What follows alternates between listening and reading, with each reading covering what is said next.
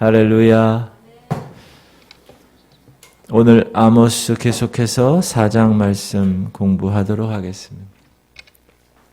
이 아모스 1장에서 우리가 이 아모스 선지자가 심판을 선포했죠. 이스라엘 주변 나라들 다메섹, 블레셋, 두로, 에돔, 암몬. 오늘도 공동체 성경을 이렇게 보니까 애굽에 대한 심판, 그렇죠? 뭐 이런 주변 국가에 대한 심판. 그 심판을 왜 하신다고 그랬죠? 제가 하나님의 주권을 넘어선 교만의 행위이기 때문에 하나님께서 반드시 심판하신다고 말씀드렸습니다. 2장에서는 열방에 대한 심판의 결론으로 하나님 택한 이스라엘과 유다의 심판을 다뤘고, 지난 시간 3장에서는 아모스 선지자의 첫 번째 설교, 하나님께서 자기 백성에게 사자처럼 행하는 심판을 말씀하셨습니다. 오늘 아모스 4장에서는 두 번째 설교인데, 배역한 이스라엘의 범죄 행위, 그리고 그 행위에 대한 하나님의 경고, 심판이 열거되어 있습니다. 특별히 이스라엘의 그 사치한 부유층의 그 쾌락적인 삶에 대해서 심판하십니다. 그리고 4절, 5절은 더욱 깊어지는 그 우상숭배의 범죄상을 하나님이 지적하시고, 6절, 11절까지는 하나님이 그렇게 경고했는데도 불구하고 돌아오지 않음에 대한 탄식을 하십니다. 그리고 마지막 12절, 13절에서는 하나님이 드디어 최후의 심판에 대한 경고를 선포하십니다. 우리 한 절 한 절 읽어갈게요. 첫 번째, 귀부인들, 이 여인들의 죄에 관해서 1절에서 이렇게 말합니다. 시작. 사마리아의 산에 있는 바산의 암소들아, 이 말을 들으라. 너희는 힘 없는 자를 학대하며 가난한 자를 압제하며 가장에게 이르기를 술을 가져다가 우리로 마시게 하라 하는도다. 이 아모스가 이 두 번째 설교 4장에서는 이 여인들에 관한 이야기, 사치를 일삼고 가난한 자를 착취하고 기득권층에서 누리고 있는 그 여인들, 특별히 그 여인을 바산의 암소라고 이야기합니다. 바산. 이 바산이란 곳은 목초가 많고 기름진 곳이에요. 제가 알려드릴게요. 어딘가. 오른쪽 위에 있어요. 갈릴리 오른쪽입니다. 네. 여러분이 어느 지역을 탁 성경에서 나오면 딱 감을 잡아야 돼요. 부산, 이쪽이구나. 황해도, 이쪽이구나. 흥남, 저쪽이구나. 이렇게. 여기서 암소들이라고 이렇게 얘기한 거는 부유층의 부인들을 가리킵니다.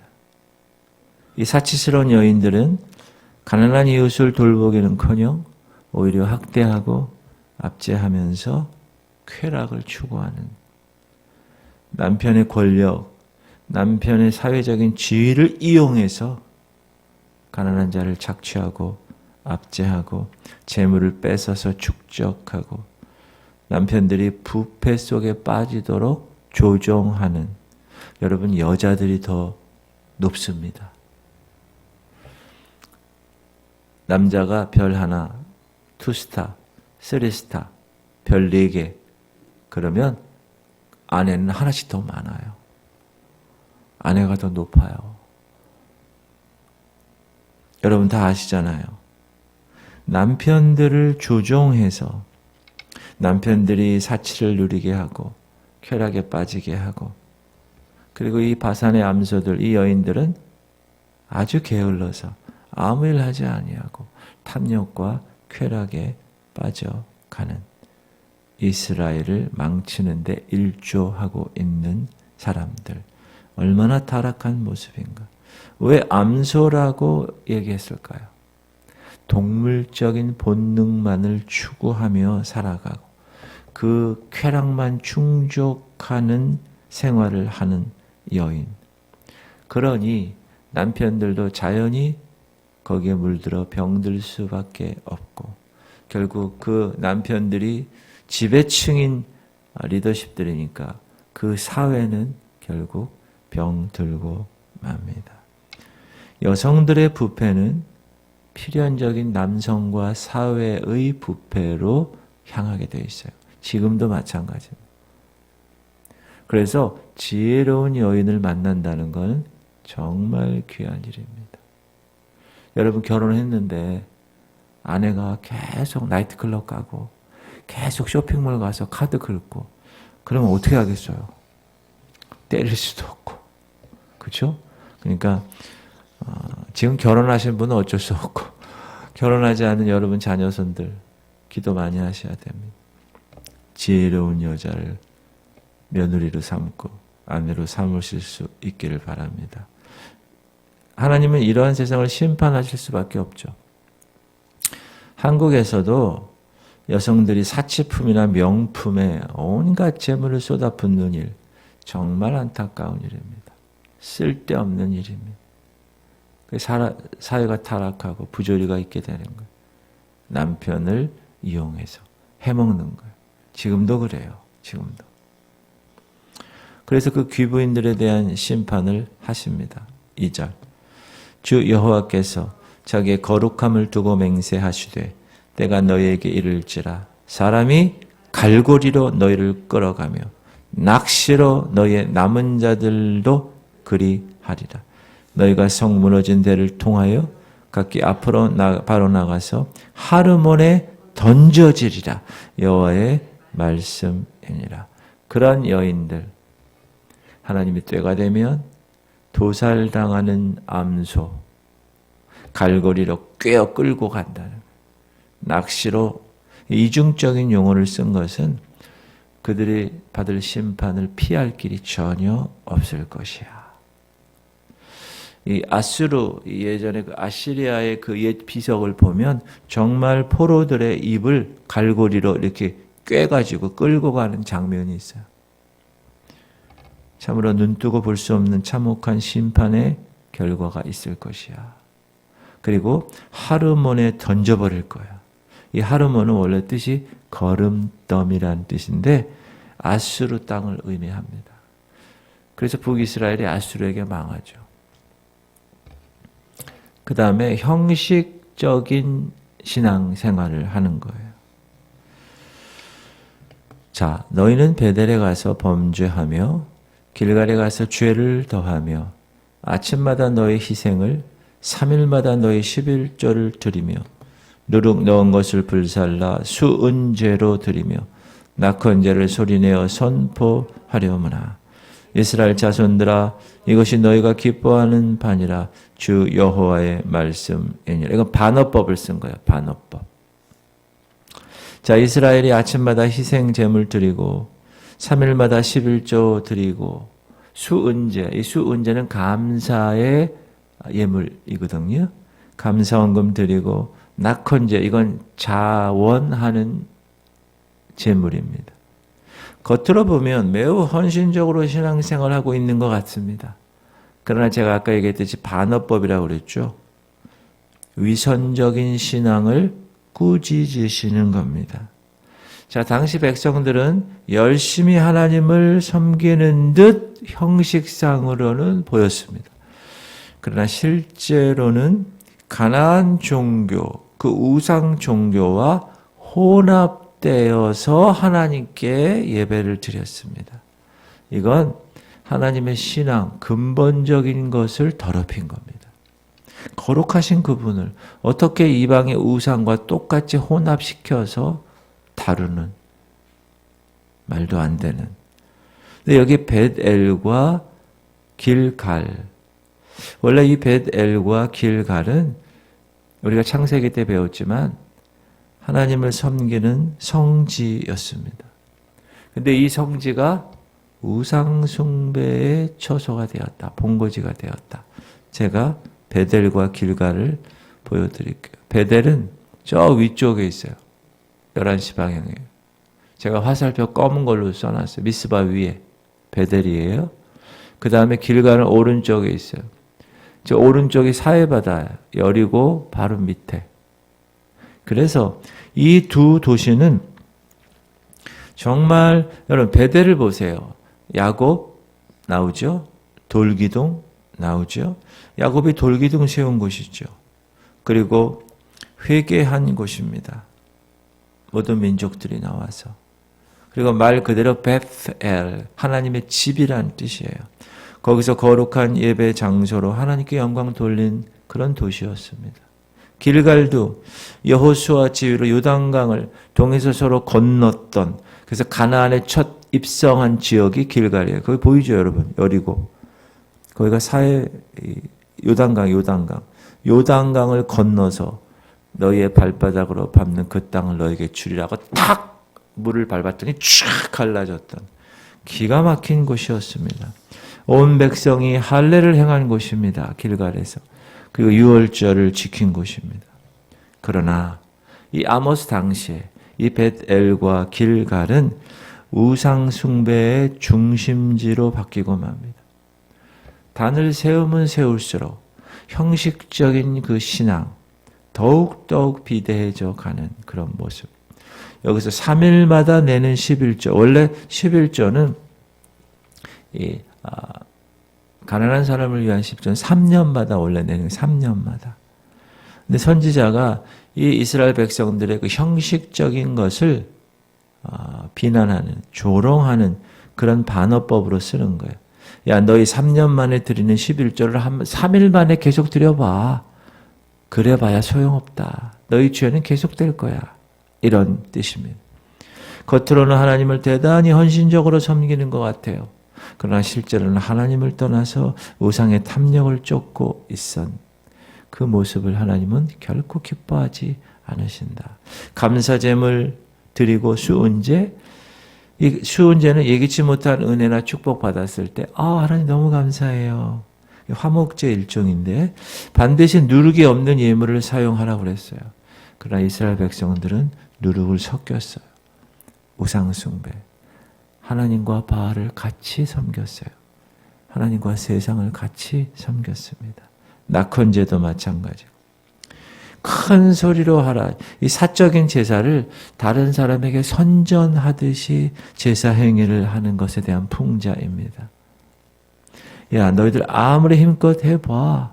소용없어. 그 뜻이에요. 여러분, 이 형식적인 제사는 자기 스스로만 만족하는 거예요. 오늘날 예배도 마찬가지입니다. 종교 행위를 하는 사람은요, 주일날 예배에 오면 자기가 만족하는 거야. 그래, 나 일주일에 한 번 예배 드리는 사람이야. 헌금 내면서도 나 헌금 드리는 사람이야. 11조 드리는 사람이야. 이렇게 자기 만족에만 국한되는 형식적인 것, 하나님은 가만두지 않으신다고 분명하게 말씀하고 계시면서 얘들아 좀 돌아오기를 간절히 바라시는 하나님의 모습을 6절을 통해 알 수 있습니다. 6절, 또 내가 너희 모든 성읍에서 너희 일을 깨끗하게 하며 너희 각 처소에서 양식이 떨어지게 하였으나 너희가 내게로 돌아오지 아니하였느니라. 여호와의 말씀이니라. 이 6절에서 13절 사이에서 이 선지자 아모스는 이스라엘 과거 역사에서 5가지 사건을 지적합니다. 근데 그것들이 뭐냐? 이스라엘 백성들을 돌아오게 하는 하나님의 징계, 하나님의 사랑의 채찍이었어요. 그럼에도 불구하고 계속 이스라엘은 패역한 길로 치닫습니다. 회개가 없어요. 알아차리질 못해요. 이게 잘못된 건지. 그게 인간의 철저한 부패의 죄성. 그냥 바알의 것이 좋은 거예요. 쾌락이 좋은 거예요. 이스라엘이 죄를 깨닫고 하나님 자신에게 돌아오시기를 하나님은 원하고 계셨는데 본문에 5번이나 돌아오지 않았느니라. 이렇게 반복합니다. 그래서 하나님은 기근을 허락하세요. 재앙을 허락하세요. 하나님의 먹는 양식 다 떨어지게 합니다. 흉년이 들게 해요. 그럼에도 불구하고 이스라엘 돌아오지 않습니다. 여러분 주변에 어떤 일이 생기면 여러분 항상 생각하셔야 돼요. 이 일이 왜 생겼지? 이 사고, 사건이 왜 생겼지? 하나님이 돌아오라는 사인인가? 생각하셔야 됩니다. 이스라엘은 그런 생각을 하지 않았어요. 물 부족을 주어도 7절 또 추수하기 석 달 전에 내가 너희에게 비를 멈추게 하여. 여러분 추수하기 석 달 전에 비를 멈추면 안 돼요. 그때가 가장 중요한 때인데 어떤 성읍에는 내리고 어떤 성읍에는 내리지 않게 하였더니 땅 한 부분은 비를 얻고 한 부분은 비를 얻지 못하여 말랐음에 두세 성읍 사람이 어떤 성읍으로 비틀거리며 물을 마시러 가서 만족하게 마시지 못하였으나 너희가 내게로 돌아오지 아니하였느니라. 여호와의 말씀이니라. 여러분 지금 우리나라도 비가 너무 자주 오잖아요. 지금 비가 올 때가 아니에요. 지금은 햇볕이 계속 쬐서 이 곡식들이 아주 알차게 익어야 될 때. 그러니까 비가 계속 온다는. 그런데 반대로 이 추수하기 석 달 전엔 비가 와야 되는데 비를 멈추게 했다는. 그래서 기갈로 어떤 성읍에 물이 없어서 부족이어서 지금 여러분 아프리카나 이런 데 물 부족 현상이 있잖아요. 그래서 물을 막 찾아다니게 되는 거예요. 추수 전에 비가 안 내리니까 열매가 제대로 여물거나 실하지가 못해. 수확에 큰 장애가 따라. 이거 왜 그죠? 하나님이 사인 보내는 거예요. 근데 이스라엘 백성들은 어떻게 했어요? 돌아오지 아니하였느니라. 하나님이 계속 사인을, 이 지구를 지금 하나님이 사인을 주시는 거예요. 너희들 요즘 이 날씨가 여러분 어떻습니까? 달라졌어요. 제 어렸을 때랑 날씨가 달라, 지금은. 이제 지구가 병들어가지고 어떻게 회복되지가 못하는 거예요. 그 빙하가 다 녹고, 지금 어떤 때는 물이 너무 많이 오고, 어떤 때는 너무 많이 안 오고, 적당히 때에 맞춰 와야 되는데, 하나님이 사인을 주시는 거예요. 곡식이 말라버리게 합니다. 9절. 내가 곡식을 마르게 하는 재앙과 깐부기 재앙으로 너희를 쳤으며 팥중이로 너희의 많은 동산과 포도원과 무화과 나무와 감람나무를 다 먹게 하였으나 너희가 내게로 돌아오지 아니하였느니라. 여호와의 말씀이니라. 여러분 곡식이 마르는 재앙, 이거를 입 마른 병이라고 그래요. 풍재라고 하는데, 전 농사를 지어보지 않았지만 곡식이 이제 익어서 추수할 때 됐는데 까맣게 죽어버리는 거예요. 아이고, 깐부기, 팥중이, 이게 다 뭐죠? 이 벌레들, 이 병충해. 사과가, 복숭아가 이렇게 잘 익었는데 갑자기 며칠 사이에 벌레가 들어가지고 다 썩어버리는 거예요. 이렇게 재앙을 주는 거예요. 왜 주죠? 깨달으라고. 그러나 너희가 내게로 돌아오지 아니하였느니라. 전염병, 전쟁 이런 걸 보내시는 거예요. 10절. 내가 너희 중에 전염병 보내기를 애굽에서 한 것처럼 하였으니 칼로 너희 청년들을 죽였으며 너희 말들을 노력하게 하며 너희 진영의 악취로 코를 찌르게 하였으나 너희가 내게로 돌아오지 아니하였느니라. 여호와의 말씀이니라. 전염병, 여러분 이 코로나가 그냥 중국 우한에서 갑자기 생겨서 전 세계가 지금 코로나 팬데믹에 들어갔어. 우연이 아니에요. 이건 하나님의 사인이에요. 단군 이래로 국가에서 주일날 교회 예배 못하게 한 경우가 이번 코로나 기간 동안에 있었어요. 이거는 영적으로 말도 안 되는 사건이에요. 이게 2년 있었죠. 한국 교계에 성도들 30%, 통계는 30%라고 하는데 완전히 이번 이 코로나 기간이 어떤 기간인지 아세요, 여러분? 알곡과 쭉정이가 완벽하게 구별되는 시기예요. 보세요. 교회 남은 사람들 보세요. 교회 떠난 사람들 보세요. 알곡과 쭉정이를 가르는 심판이었어요. 이 코로나 기간을 통하여서 주일학교 아이들이 다 사라졌어요. 그리고 코로나 기간을 통해서 사람들이 어떻게 해요? 뭐 교회를 가야 돼. 집에서 그냥 소파에 누워서 그냥 핸드폰 보면 예배 드리는 거지. 이 생각이 바뀌어, 생각이. 이 사단이, 그런 생각을 막 주입하는 거예요. 여러분, 이 코로나 기간은 하나님이 우리에게 내리신 경고입니다.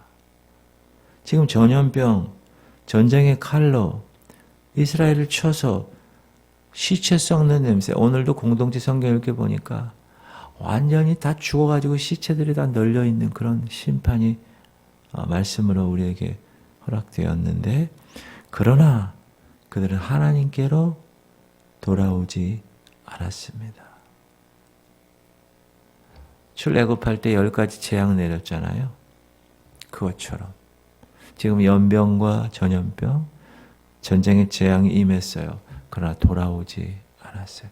코로나를 통해서 하나님께서 경고하시는데도 돌아오지 않아요. 제가 이제 그랬죠. 이 코로나 시대는 양극화 현상이 일어날 것이다. 세상에서도 돈 많은 사람은 더 많이 벌었어요. 테슬라 일론 머스크는 더 많이 벌었어요. 코로나 기간에. 그러나 가난한 사람은 더 많아졌다. 더 가난해졌다. 신앙도 알곡 신도들 주님 다시 오실 날 대비해서 지금 말세구나. 완벽하게 하나님을 위해서 최선을 다하는 알곡들이 생기고 나머지는 대부분은 다 쭉정이가 될 겁니다. 저는 이 교회에 속한 모든 성도들을 제가 주보에다 적어놨죠. 아예 완벽한 알곡으로 만들어서 다 함께 주님 다시 그 오실 날 다 휴거돼요. 천국 전체에 참여할 수 있게끔 하나님이 저를 이곳에 보내주셨고 저는 그것을 목표로 목회하는 사람입니다. 할렐루야. 그런 여러분 알곡들 되기를 주의 이름으로 축원합니다. 지진도 보내세요. 지진도. 11절 내가 너희 중에 성읍 무너뜨리기를 하나님이 내가 소돔과 고모라를 무너뜨림과 같이 하였으므로 너희가 불붙는 가운데서 빼낸 나무 조각같이 되었으나 너희가 내게로 돌아오지 아니하였느니라. 여호와의 말씀이니라. 하나님은 소돔과 고모라처럼 심판하시는 거예요. 불로. 비가 불이에요. 코로나로 경고하시고 심판하시는 거예요. 코로나로 죽은 사람이 얼마나 많습니까? 지금도 죽어요. 계속 죽어요. 우연일까요? 절대 우연이 아닙니다. 그러나 하나님께로 돌아오지 않습니다. 마지막으로 성읍들이 무너졌어도 끝끝내 돌아오지 않습니다. 더 마음이 강팍해서 돌아오지 않는 이스라엘. 더 이상 하나님 보기에 소망이 없어요. 하나님은 사랑하는 자녀를 돌이키기 위해서 오래 참고 온갖 노력을 다 하셨습니다. 심판의 회초리를 드셨어요. 재앙의 채찍을 들고 쳤습니다. 그러나 이스라엘은 여호와께 돌아오지 않았어요. 왜? 그 의미를 깨닫지 못했기 때문에. 하나님은 계속해서 살피라고 얘기하세요. 12절 그러므로 이스라엘아 내가 이와 같이 내게 행하리라. 내가 이것을 내게 행하리니 이스라엘아 네 하나님 만나기를 준비하라. 여러분 하나님 만날 준비 되셨습니까? 우리 어렸을 때는 재림에 관한 것이 아주 지금보다 더 많이 이야기가 됐었어요. 근데 지금은 재림 얘기하면요 손가락질 받습니다. 저 신천지 아니야? 저 이상한 종교 집단 아니야? 문화가 그렇게 돼버려서 사단이 그렇게 만들었어요. 모든 영화, 문화, 컨텐츠, 노래 이런 걸 잘 보십시오. 기독교인들을 아주 모멸감을 주는 내용들이에요. 재림에 관해서 아주 비열하게 비판하고 있어요. 예수님 맞을 준비 됐나? 진정 거듭났나요? 예수님 피로 내 옷은. 여러분 그거 옛날 기억 찬양 막 했잖아요. 흰 눈보다 깨끗해졌어요. 예수님 맞을 준비 됐나? 이스라엘아 네 하나님 만나기를 준비하라. 이 지구촌 성결교회 성도들아 네 하나님 만나기를 준비하라. 개인 한 사람 한 사람에게 지금 하나님 말씀하세요. 그들이 만날 하나님은 어떤 분이에요? 네 가지. 보라, 산들을 지으며 바람을 창조하며. 뭐죠? 창조주 하나님이라는 거예요. 두 번째, 자기 뜻을 사람에게 보이며. 무슨 하나님? 계시의 하나님. 세 번째, 아침을 어둡게 하며. 여러분, 빛과 어둠, 낮과 밤을 주관하시는 어느 하나님? 섭리의 하나님. 넷째, 땅의 모든 데를 밟는 이 무슨 하나님? 심판의 하나님. 교만한 자를 낮추실 하나님. 이는 그의 이름이 만군의 하나님 여호와시니라. 이스라엘을 하나님께서 마지막으로 대하시는 모습은 만군의 여호와 하나님입니다. 무슨 말이에요? 두려워해야 한다는 거예요. 두려워해야. 여러분 살아계신 하나님 손에서 빠지는 거 있죠? 두려워해야 돼요. 히브리서 살아계신 하나님의 손에 빠져 들어가는 것이 무서울진저.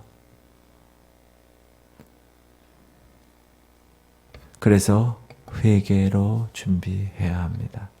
그러므로 하나님을 만날 준비가 되기 위해서 사치하지 않고 바란의 암소들처럼 타락하지 않고 이스라엘 백성들처럼 불순종하는 그런 걸 어떻게 해요? 버려라. 회개해라. 어제 제가 주일날 말씀드렸죠?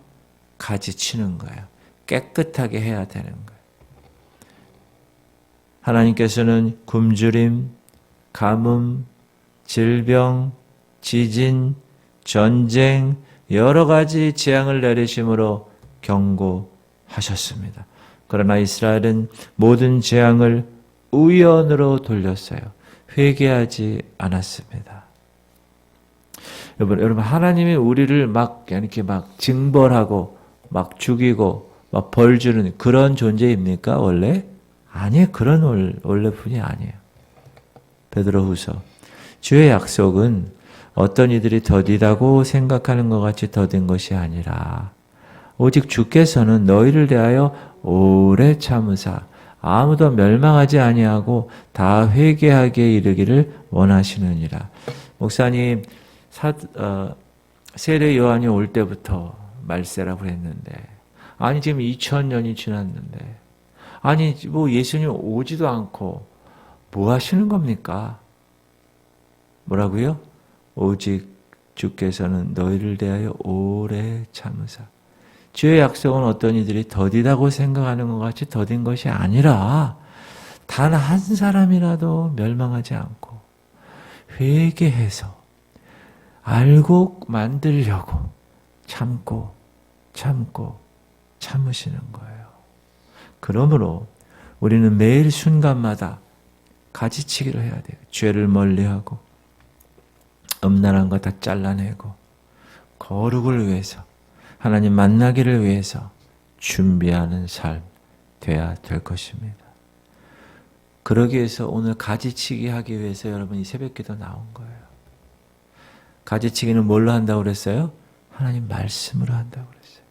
그 말씀의 능력으로 그 말씀의 칼로 혼과 영과 관절과 골수, 우리의 마음과 생각, 보이지 않는 것을 찔러 쪼개서 다 도려내서 가지치기 하는 거예요. 잘못된 것들. 그래야 나무가, 그래야 열매를 아름답게 맺습니다. 할렐루야.